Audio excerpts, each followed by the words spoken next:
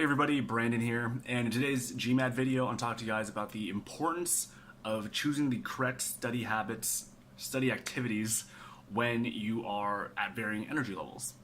Now, this is kind of a small, nuanced point, but this is something that I've kind of come to realize as I've studied into kind of the upper range of my, I say, GMAT potential. So if you are just kind of trying to score perhaps, maybe just a Pareto, 80-20, trying to get the most out of your studies in a small amount of time as possible, you may not need to think about this. I think it's still important, but certainly if you're trying to get the absolute best score you're trying to get, it's really important that you're maximizing your study time based on how you're feeling energy-wise.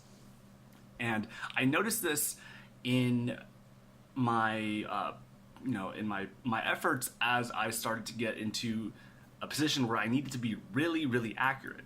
I'm scoring. I'm certainly not the best GMAT test taker, but I'm scoring in the 41 to 44 range in verbal, for example.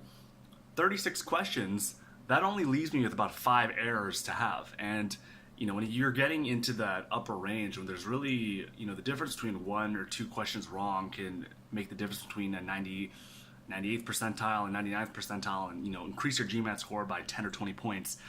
Being incredibly accurate and being focused, especially when you're doing sentence correction, when you're doing reading comprehension, you need to just juggle a lot of different concepts and ideas and just 100% not mess up on small, careless things. Being really focused and having as much energy as possible when you're doing those kind of activities is really, really important. Now, there are a lot of other things you can do depending on, say you're a little bit out of focus, but you're still, I'd say mostly functional. You could maybe do something else like review practice problems you've done in the past. Perhaps you can review your previous practice exams, do those problems that you messed up on. You can still, focus enough, but the intent of those type of activities is not to, perform at your peak. It's really to study your errors and learn new things. Because it's a problem you've already done, and you're not really trying to do it for time, you're just trying to learn the concept. I would say that's a little bit less intensive than doing something, right off the bat. Now, for something like, say you're studying material, you're studying actual course material, you can, I'd say, depending on how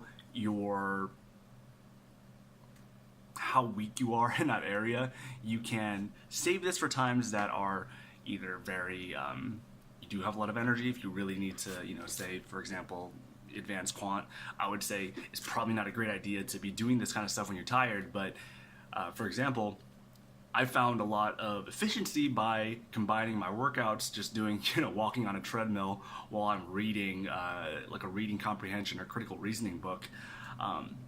I don't need to be 100% focused, dialed in while I'm doing that, because I don't need to, for example, be doing a lot of math problems, writing down. I don't need to be juggling a lot of things in my head while I'm doing that type of activity. I can just kind of passively read and still get a lot of benefit and start to, accumulate these ideas for later recall. It's not as much about processing. So I would say, as you are studying for the GMAT, just think about how much processing you need to be doing, and prioritize those type of activities when your energy levels are highest.